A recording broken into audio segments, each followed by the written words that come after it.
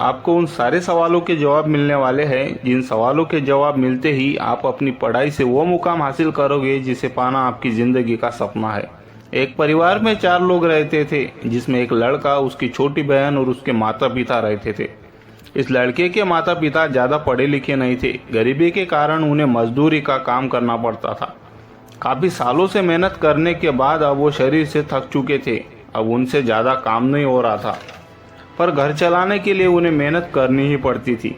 उनका बस एक ही सपना था कि मेरे दोनों बच्चे पढ़ लिख कर एक अच्छी नौकरी करें, ताकि उन्हें भी हमारी तरह मेहनत ना करना पड़े और ये गरीबी ना सहना पड़े।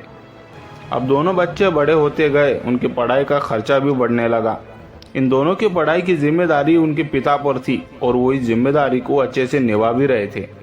अब उस पिता ने अपनी एक छोटी सी सब्जियों की दुकान लगाई। कुछ दिनों बाद उनकी दुकान अच्छे से चलने लगी।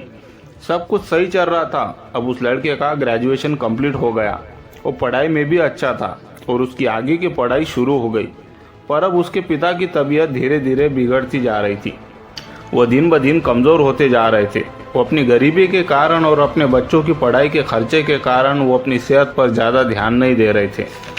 काफ़ी दिनों तक ऐसा ही चलता रहा और एक बीमारी के कारण उस लड़के के पिता का देहांत हो गया। अब पूरे परिवार की जिम्मेदारी उस लड़के पर आ गई।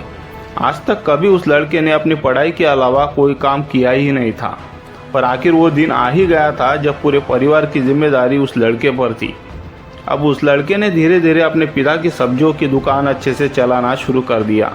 अब घर की जिम्मेदारी के कारण उसकी पढ़ाई पर गहरा असर पड़ता था, क्योंकि अब वो अपने पिता के धंधे को ही चला रहा था।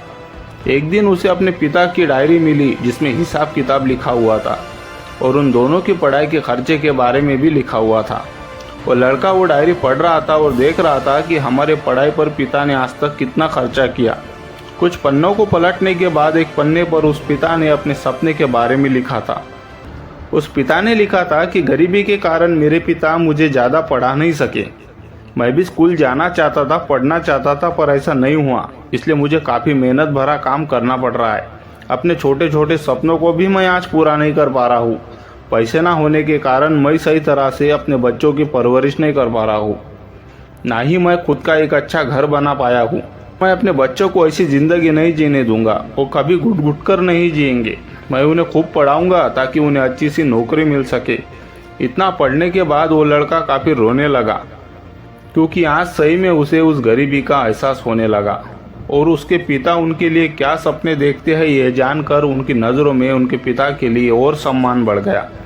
वो लड़का अब रात भर सोया नहीं। वो यही सोच रहा था कि उन्हें लेकर उनके पिता सपने थे जो वो जिंदा होते तो हमारे ज़रिए पूरा होते देख सकते थे। पर अब उस लड़के ने सोच लिया था कि मुझे अपने पिता के सपनों को पूरा करना है। जिस गरीबी के कारण मेरे पिता नहीं पढ़ पाए, उन्हें काफ़ी कष्ट उठाने पड़े, वो गरीबी से हम भी गुजरे, ये वो कभी नहीं चाहते थे। अब उस लड़के के सामने काफ़ी चुनौतियाँ थी जिन्हें पार करके अपने पिता के सपनों को पूरा करना था। अब उस लड़के को अपनी बहन को भी पढ़ाना था, घर भी चलाना था और खुद भी पढ़ाई करनी थी। पर उसने कभी हार नहीं मानी और एक सकारात्मक सोच से वो आगे बढ़ता रहा और वो दोनों कामों को सही तरह से कर रहा था और वो काफ़ी जिद से आगे बढ़ रहा था। पर इस बीच वो कभी कभी काफ़ी परेशान हो जाता था। उसे पैसों को लेकर काफ़ी समस्याएं आती थी, पर फिर भी वो आगे बढ़ता रहा और खुद को एक नए जोश के साथ और एक बार खड़ा करता। उस पर काफ़ी जिम्मेदारियां होने की वजह से वो कभी कभी खुद को काफ़ी अकेला मानता था और उसे अपने सपनों को लेकर पूरा ना होने का डर सताता था। और वो सोचता था कि अगर मेरे पिता मेरे साथ होते तो मैं आज इस तरह अकेला नहीं होता और मैं अपनी पढ़ाई काफ़ी अच्छे से कर पाता। ऐसा सोचने के बाद भी वो और अच्छे से आगे बढ़ता, पर फिर भी उसका सफ़र इतना आसान नहीं था कि वो उन जिम्मेदारियों के साथ चलकर आगे बढ़ सके। अब उसके पिता गुजरे हुए करीब 1 साल होता हुआ आ रहा था और एक दिन उसके पिता के काफ़ी अच्छे दोस्त घर पर आए और उन्होंने कहा कि तुम्हारे पिता ने और मैंने मिलकर हाईवे के करीब काफ़ी सालों पहले एक छोटी सी ज़मीन का टुकड़ा हमने थोड़े थोड़े पैसे देकर खरीद लिया था, पर आज तक उसे डिमांड ना होने की वजह से वो नहीं बिक रहा था।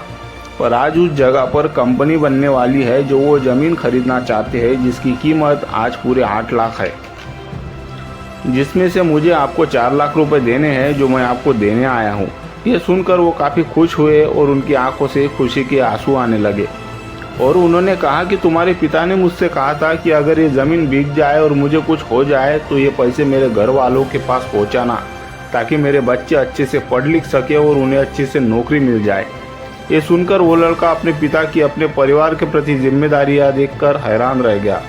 अब उस लड़के को उन मिले हुए पैसों से आगे बढ़ने में मदद मिली और काफ़ी मेहनत करने के बाद उसने अपने पिता के सपनों को पूरा किया और उनके विश्वास को जिंदा रखा। और आज वो लड़का एक आईपीएस अधिकारी के तौर पर अपनी जिम्मेदारियां संभाल रहा है, अपनी बहन को भी पढ़ा रहा है और अपने परिवार को अच्छे से संभाल रहा है। अब इस कहानी से आपको क्या सीखने को मिला, ये कमेंट करके मुझे ज़रूर बताना। आपकी कोशिश को मेरा एक छोटा सा बढ़ावा देने का प्रयास था। मेरे तरफ से आपको ऑल द बेस्ट। इसी तरह के वीडियो देखने के लिए इस चैनल को सब्सक्राइब जरूर कर लेना और बेल आइकन को प्रेस कर देना। मिलते हैं अगले वीडियो में। Good bye.